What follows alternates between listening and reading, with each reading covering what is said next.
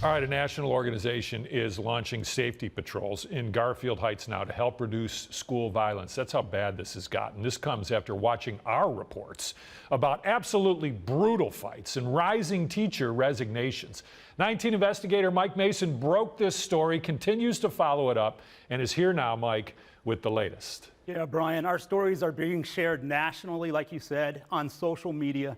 That's how they caught the attention of this organization. It's based in Texas. It's called the 1 in 5 Foundation for Kids. Its mission is to address school violence before it escalates any further. The founder is Daniel Chapin, a former teacher. He started the nonprofit about 2 years ago after the school shooting in Uvalde, Texas.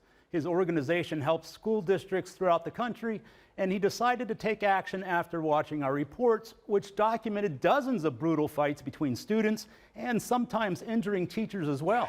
Chapin says he plans to launch citizen patrol teams throughout Garfield Heights in about a week. He says trainers will be sent here to begin recruiting volunteers who will first have to pass a rigorous background check.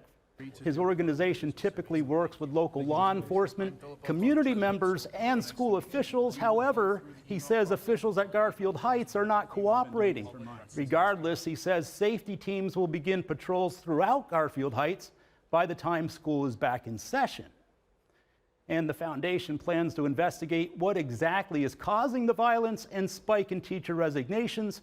It's also asking Ohio's Board of Education to review the district's protocols regarding teacher complaints. And of course, we're going to keep you updated on this one. Mike Mason, 19 News.